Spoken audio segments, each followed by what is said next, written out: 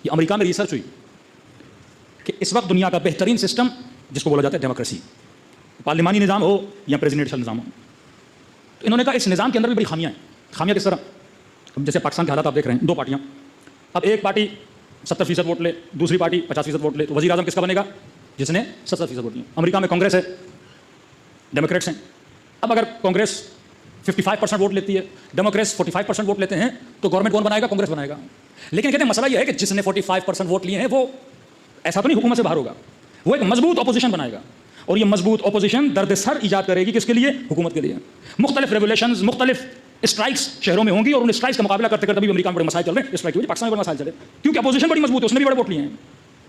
फिर इन्होंने कहा कि ओमान छोटा सा मुल्क है, देखो सदियों से वहाँ बादशाह थे, लेकिन वहाँ पे एक स्ट्राइक नहीं मिलती, किसी ने खंबा गिराया हो, लोग बाहर निकले हों, तो उनको भी एहसास हुआ कि एक ऐसा निज़ाम जिसकी लीडरशिप एक बंदे के साथ हो और लोगों के अंदर इताअत हो, वो मुआशरा कभी भी तबाह बर्बादी की तरफ नहीं जाता, जिसे हम इस ज़माने में निज़ाम विलायत कहते हैं कि अदम हुजूर मासूम में कि मासूम ग़ैबत में हो, तो मुआशरे की लीडरशिप, वो चाहे हुकूमत हो तो लीडरशिप फ़कीह के पास हो, या अगर पाकिस्तानी मुआशरा या कहीं और पे शिया रहते हैं तो उसकी लीडरशिप किसी सालिह, किसी मुत्तकी आलिम के पास हो, और शिया उसकी बात को सुने। ये मार्केटिंग का ज़माना है। आज एक पीर साहब भी हैं, अगर उसके 20,000 फॉलोवर हैं, कोई MPO से वोट लेने जाता है तो उसको 10 लालचें देता है कि जनाब इतने पैसे देंगे, आपकी गली के सारे मसाइल हल कर देंगे, आप अपने 10,000 मुरीदों को कहो कि हमें वोट दे दें। 2 करोड़ शिया पाकिस्तान में, एक सियासी पार्टी आपके लीडर के पास नहीं जाती कि जनाब आपके पास 2 करोड़ वोट है, 1 करोड़ वोट ले लें। किसी लीडर के पास 1 करोड़ वोट बैंक हो, कोई भी सियासी पार्टी आपको 10 वजारतें देने के लिए तैयार हो जाएगी कि आप अपना वोट बैंक किसे दो, मुझे दो।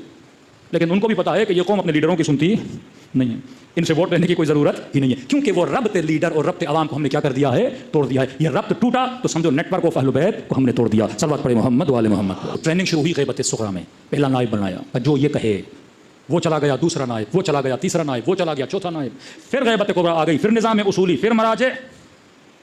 आगा शिराज़ी बुज़ुर्ग, ब्रिटेन की बड़ी बड़ी कंपनियां ईरान से निकल गईं उनके एक फतवे की वजह से। ये पावर ऑफ तशय्युअ था, ये नेटवर्क ऑफ अहलुल बैत था। मेरे अजीज़, नस्लें अगर इस नेटवर्क को नहीं समझेंगी तो वल्लाह फिर इन मजलिसों का कोई फ़ायदा नहीं है। मजलिस का फ़ायदा है हमें ख़त्ते विलायत पे चलाया जाए।